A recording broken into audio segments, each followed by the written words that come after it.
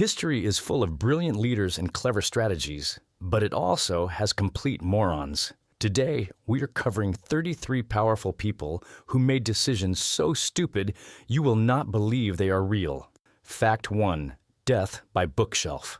Charles Valentin Alcan was a famous French composer and piano player in the 1800s.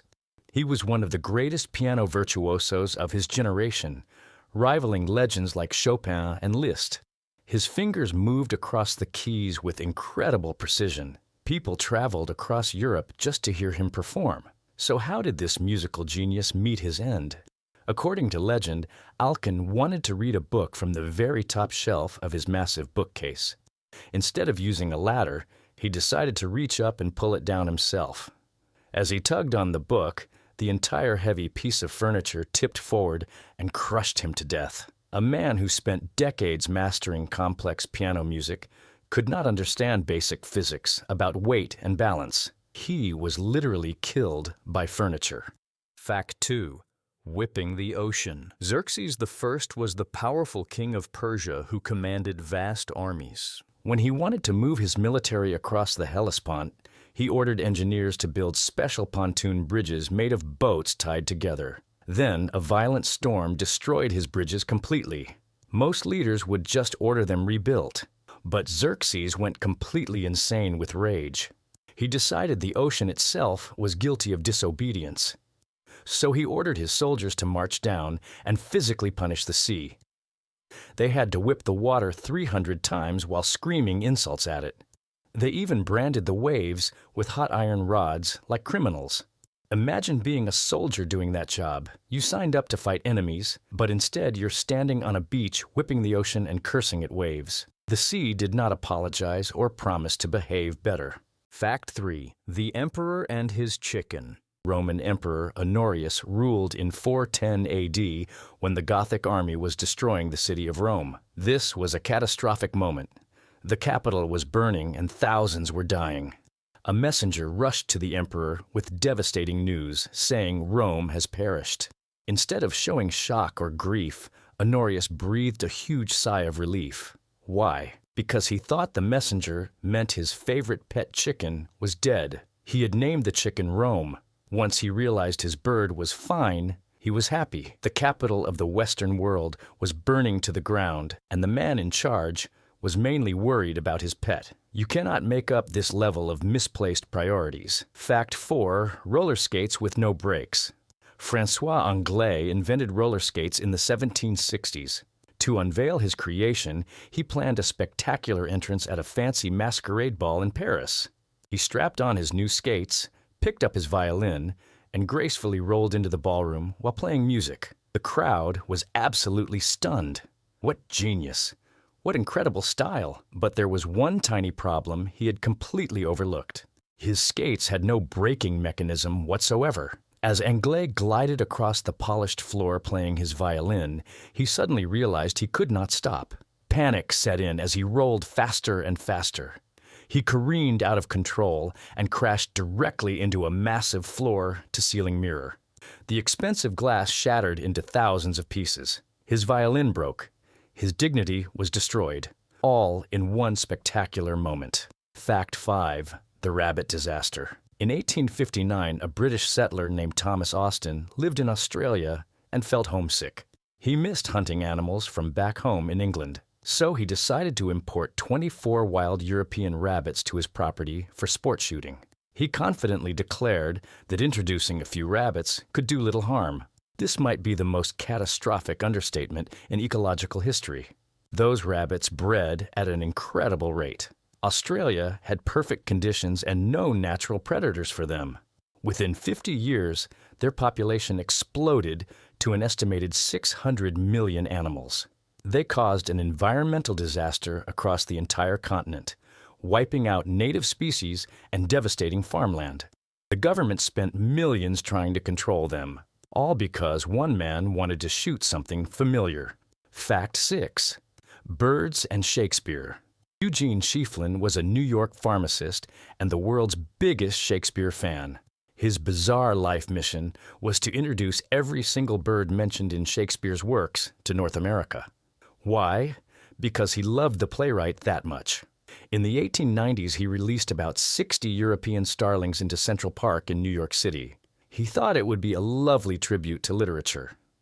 Unfortunately for the entire continent, the starlings thrived beyond imagination. Today, their population exceeds 200 million birds across North America.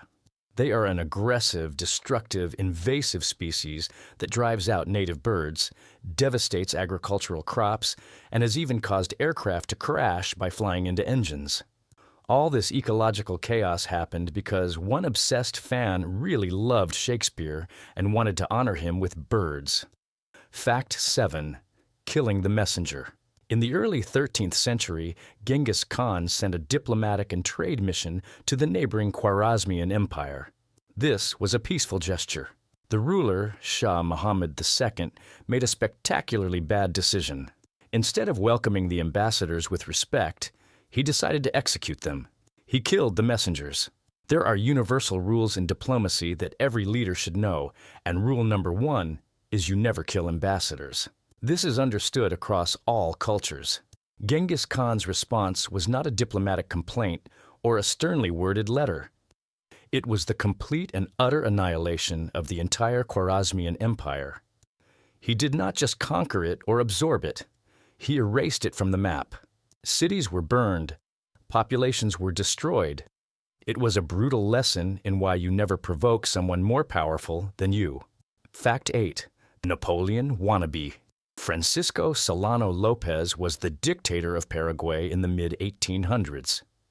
He saw himself as the Napoleon of South America and desperately wanted to prove his military genius to the world. So he decided to launch the War of the Triple Alliance to expand his territory and power. The problem was obvious to everyone except him. The Triple Alliance consisted of Brazil, Argentina, and Uruguay. He literally declared war on his 3 much larger and more powerful neighbors at exactly the same time. The result was one of the most catastrophic conflicts in modern history. The war led to the deaths of up to 70% of Paraguay's entire adult male population. He thought he was Napoleon reborn, but he ended up being the architect of his own nation's complete demographic collapse. Fact 9. Cutting your bodyguard's pay. Roman Emperor Pertinax took power in 193 AD. He inherited a corrupt and undisciplined Praetorian Guard. These were the elite imperial bodyguards who had just murdered his predecessor in cold blood. Pertinax decided his very first order of business should be to cut their pay and instill strict discipline. Let that sink in for a moment. His plan was to reform his own notoriously violent, sword-wielding, emperor-killing bodyguards by taking away their money. It was a complete misreading of the situation. The Praetorian Guard responded exactly as you would expect when you anger armed men who have already proven they will kill emperors. After just 87 days on the job, they stormed the palace and murdered him. It was a reign so short he barely had time to settle into the throne. Fact 10. Buying the throne. After murdering Pertinax, the Praetorian Guard did something truly incredible and unprecedented. They put the Roman Empire itself up for auction to the highest bidder. The throne was literally for sale. The winner was a wealthy senator named Didius Julianus. He bought the position of emperor by offering the guards more cash than his rival bidder. For a brief moment, he was the most powerful man in the entire world. The only problem was that he had zero political support, no loyalty from the military legions, and the Roman people absolutely despised him. His reign lasted exactly 66 days before a more competent general marched on Rome with an army and had him promptly executed. He learned the hard way that you can buy the title, but you cannot buy actual power or respect. Fact 11. Banning coffee. While drinking alcohol, Sultan Murad IV of the Ottoman Empire was deeply concerned about maintaining public order. He believed coffee houses were dangerous breeding grounds for political dissent and rebellion. His solution was a complete and total ban on coffee throughout his empire. He was so serious about enforcing this ban that he would reportedly disguise himself and walk the streets of Istanbul at night. If he personally caught anyone drinking coffee, he would execute them on the spot without trial. So what was the preferred beverage of this stern moral guardian? Alcohol. Murad was a notorious and raging alcoholic who drank heavily every day. He banned the drink that fueled intellectual conversation and debate while personally consuming a substance known for causing chaos, violence, and terrible judgment. The hypocrisy was absolutely staggering. Fact 12. The War on Fun. Oliver Cromwell became the Lord Protector of England in the 17th century after a bloody civil war. This deeply puritanical leader decided that fun and joy themselves were enemies of proper society. He launched a full-scale war on happiness and entertainment. Cromwell and his government banned Christmas celebrations completely. They closed all theaters and playhouses. They outlawed most sports and public gatherings. They even restricted people from wearing makeup or colorful clothing. He essentially tried to turn an entire country into a joyless gray waiting room where nobody smiled. The English people hated it so intensely that after he died and the monarchy was restored, they were not satisfied with just moving on. They dug up Cromwell's corpse, put it on trial for treason, and executed the dead body. That is how much they missed their parties and celebrations. Fact 13. The dumbest escape plan. During the French Revolution, King Louis XVI and his family desperately needed to escape the country as violence escalated. When your life depends on subtlety and speed, you would think they would plan carefully.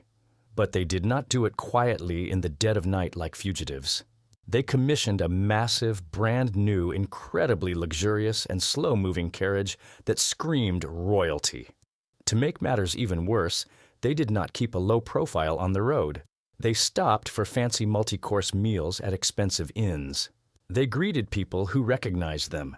It was less of a desperate escape and more of a leisurely royal parade through the countryside. Unsurprisingly, they were easily identified by citizens and arrested. This monumental blunder sealed their fate with the guillotine. It was quite possibly the worst getaway plan in recorded history. Fact 14. Paying Vikings to leave. Ethelred the Unready was a king of England in the 10th century. His nickname Unready is Old English for ill-advised, and he absolutely earned it. His grand strategy for dealing with constant Viking invasions was brilliantly simple. Just pay them to go away. This payment system was called the Danegeld. It worked beautifully at first. The Vikings would accept the massive bribe and sail away satisfied. But then they realized something that should have been obvious from the start. If you could get paid a fortune for almost invading England without even fighting, why not just come back next year and ask for more money? Ethelred's policy turned England into the world's most reliable ATM for raiders. The Vikings kept returning for their annual paycheck, and the kingdom was bled dry financially. Fact 15. The most harmful inventor. Thomas Migley Jr. was an American chemist who possibly caused more environmental damage to the planet than any other single human being in history. First, in the 1920s, he invented leaded gasoline to stop car engines from knocking. This seemed like a breakthrough at the time, but it released absolutely massive quantities of toxic lead into the atmosphere worldwide, poisoning generations of people and causing developmental damage. But he was not done destroying the environment. He then went on to invent Freon, the first widely used chlorofluorocarbon. It became the standard refrigerant and aerosol propellant everywhere. This single invention tore a massive hole in the Earth's protective ozone layer. In a final darkly ironic twist, he died after getting entangled and strangled in a complicated system of ropes and pulleys he personally designed to help him get out of bed after contracting polio. He was literally killed by his own poorly designed invention. Fact 16. Blood transfusions for immortality. Alexander Bogdanov was a Russian physician and revolutionary who believed he had discovered the secret to eternal youth. He thought he could achieve rejuvenation and possibly even immortality through experimental blood transfusions. He was so convinced of this theory that he founded an entire scientific institute dedicated to researching this idea. In 1928, Bogdanov decided to perform his 12th experimental transfusion on himself. The blood donor was a student who was suffering from both malaria and tuberculosis at the same time. Blinded by his own theories and desperation to prove himself right, Bogdanov saw no problem with this dangerous decision. The result was entirely predictable to anyone with basic medical knowledge. Shortly after pumping himself full of diseased blood, he died a painful death from the infections. His quest for eternal life directly and stupidly led to his own early demise. Fact 17. The Lemonade Ocean. Alfred Brisbane was an American journalist and follower of utopian socialist philosopher Charles Fourier. Fourier had some interesting ideas about how society should be organized, but he also had some absolutely insane predictions about the future. One of his most famous claims was that in a future state of perfect social harmony, the oceans of the world would mysteriously lose their saltiness and transform into delicious lemonade. Not metaphorically, literally lemonade. Brisbane was not just a passive believer in this bizarre theory. He was an active evangelist for it. He spent a significant portion of his personal fortune and dedicated many years of his life to promoting Fourier's ideas, including the imminent arrival of the great global lemonade sea. You have to admire the optimism, but you also have to seriously question the sanity of a man who spent his life waiting for the ocean to taste like citrus. Fact 18. Moving an entire city. Muhammad bin Tughlaq was a 14th century sultan of Delhi who had grand, ambitious ideas. Unfortunately, every single one of them was spectacularly stupid. First, he decided to move his empire's capital from Delhi to Daulatabad, which was over 1,100 kilometers away. He did not just move his court and government. He ordered the entire population of Delhi to march there on foot. Many people died along the brutal journey. Then, after everyone finally arrived exhausted, he suddenly changed his mind and ordered everyone to march all the way back to Delhi. But his genius did not stop there. He also decided to introduce a new currency system. He minted copper and brass coins and simply declared by law that they had the same value as gold and silver. This immediately led to mass counterfeiting as people made coins in their own kitchens. The economy completely collapsed. Fact 19. Getting captured. Arthur III, Duke of Brittany, developed an unfortunate and expensive habit during the 100 Years' War, getting captured by the English army. It happened once in battle, and his family paid a massive ransom to get him released. You would think after that traumatic experience, he would be more careful and avoid dangerous situations. But no, he went right back into combat and was captured a second time. Again, his family paid another huge ransom for his freedom. At this point, any rational person would probably stay far away from battlefields for a while. Not Arthur. He went back into the fight with determination and like clockwork was captured for a third time by the same enemy. Each time his release cost a fortune that bankrupted his family. He was less of a brave warrior and more of a recurring, incredibly expensive subscription service for the English army. Fact 20. The insane king who shot peasants. Otto I of Bavaria was declared legally insane before he even officially took the throne. For his entire 27-year reign in the late 19th century, Otto lived in complete seclusion in a castle under constant medical supervision. He was completely unaware that he was even a king. He was not making royal decrees, meeting foreign diplomats, or governing anything. The government was run entirely by regents while he remained locked away. His days were spent in a state of severe mental illness. His most notable royal activity, according to historical accounts, was apparently taking random pot shots at local peasants with his hunting rifle from his castle window whenever he saw them passing by. He was a king in name only, a monarch whose throne sat permanently empty while he lived as a prisoner of his own broken mind. Fact 21. Mercury for immortality. The Jia Emperor of China in the 16th century became completely obsessed with one single goal: living forever. He neglected all his duties as emperor to focus entirely on his desperate quest for immortality. He turned to his court alchemists for a solution. These men cooked up various magical life-extending potions and elixirs for him to consume. The key ingredient in many of these special drinks was mercury, a toxic heavy metal. The emperor dutifully consumed these concoctions every day, genuinely believing they were purifying his body and leading him toward eternal life. Instead, as any modern scientist could tell you, he was slowly and systematically poisoning himself. His precious elixir of immortality ended up killing him. The irony was completely lost on him. Fact 22. Too immune to poison yourself. Mithridates VI of Pontus was the most paranoid king in the entire ancient world. His greatest fear in life was being assassinated by poison. To combat this constant terror, he developed a meticulous daily routine. He took tiny, carefully measured, non-lethal doses of every poison known to man. He hoped to build up total immunity over time. For years and years, he was his own personal walking toxicology laboratory, and in a way, his paranoid plan actually worked perfectly. He reached for his trusty vial of poison, the one weapon he had been preparing for his entire life, and drank it down. Nothing happened. His lifelong paranoia and preparation had paid off so incredibly well that he literally could not poison himself anymore. In frustration and desperation, he had to order one of his own loyal guards to kill him with a sword. Fact 23. Dismantling a navy because of a dream. A certain 19th century king of Cambodia had a particularly vivid nightmare one night.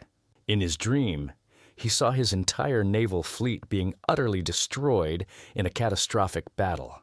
Instead of waking up and dismissing it as just a bad dream caused by indigestion, he took it as a divine prophecy and warning from God.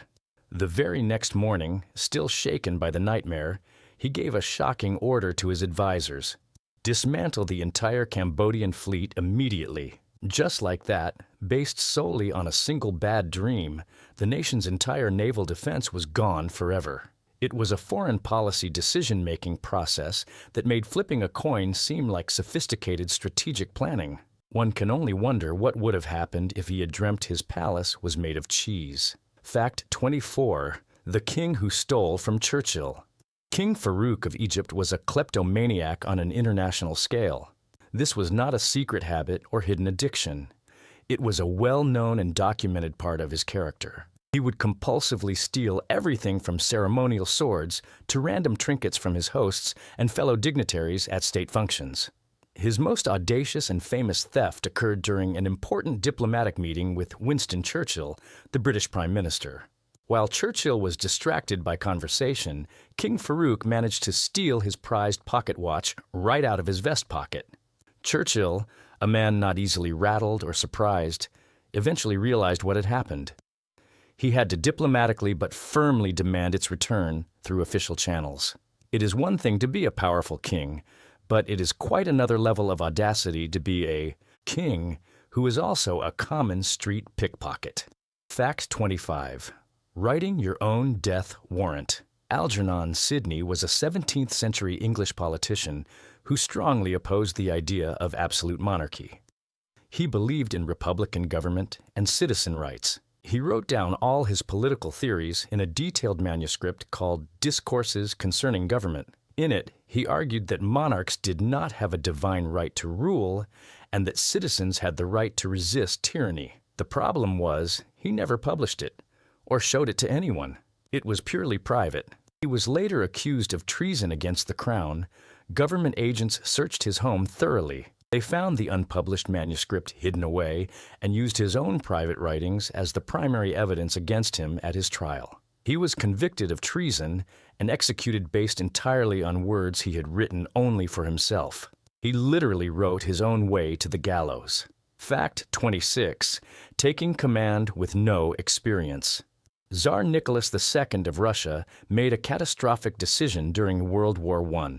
Russia was suffering devastating military losses on the Eastern Front. The situation was desperate. Instead of letting experienced generals handle the crisis, Nicholas decided to dismiss the commander-in-chief and take personal command of the entire army himself. The only problem was that he had absolutely zero military experience or training whatsoever. He had never commanded troops in battle.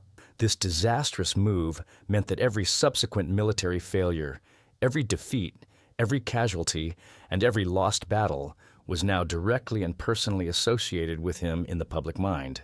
This decision did not just damage the war effort, it completely shattered his reputation, fueled massive public anger, and dramatically accelerated the arrival of the Russian Revolution that would ultimately destroy him and murder his entire family. Fact 27. Burning the treasure fleet. In the early 15th century, China possessed the most powerful and technologically advanced naval fleet on the entire planet. The legendary treasure fleet commanded by Admiral Zheng, he consisted of massive ships that dwarfed anything in Europe. These ships explored the Indian Ocean, reached the coast of Africa, and established a commanding Chinese presence across the seas. China was poised to dominate global trade and exploration. And then the emperor and his advisors decided it was all a complete waste of money and resources. In a stunning reversal of policy, the Ming Dynasty leadership declared that foreign exploration was unnecessary and not in line with Chinese values. They ordered the entire treasure fleet to be systematically destroyed, burned, and left to rot. China turned completely inward, adopting a strict policy of isolationism that would last for centuries. They had the entire world at their fingertips and simply decided to throw it all away. Fact 28. The worst expedition ever. Panfilo de Narvaez was a Spanish conquistador who led what is arguably the single most disastrous expedition in the entire history of the Americas. In 1528, he landed in Florida with about 400 well-equipped men and a fleet of ships. His first brilliant strategic move was to split his forces completely. He sent the ships to sail up the coast to meet him at a rendezvous point later, while he led his men on a march inland through the dense, hostile, and completely unknown swamps and forests of Florida. Surprise, surprise! The ships and the land party never found each other. Narvaez's men were quickly plagued by starvation, tropical diseases, and constant attacks from native tribes. They ended up desperately building crude rafts to try to sail to Mexico for rescue. Of the original 400 men who confidently went ashore, only 4 survived the entire horrific ordeal. It was a masterclass in how not to explore new territory. Fact 29. Famous last words.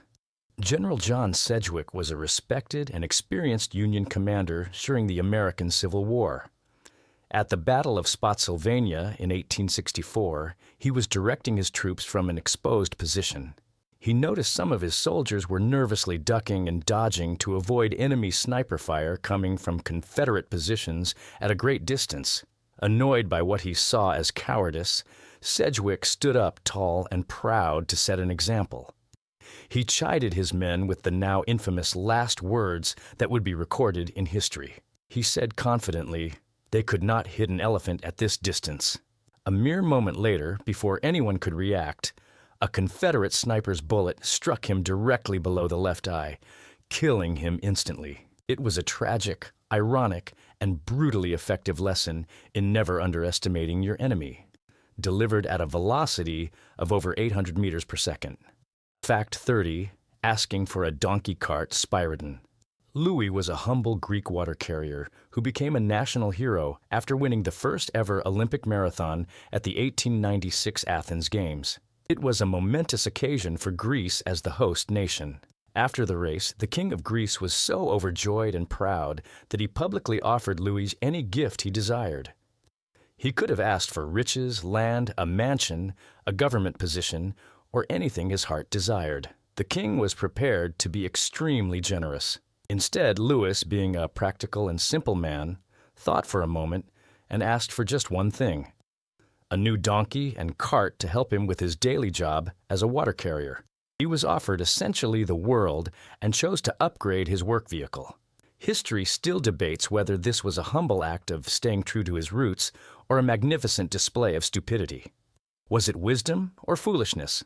Nobody really knows. Fact 31. Selling Alaska for pennies.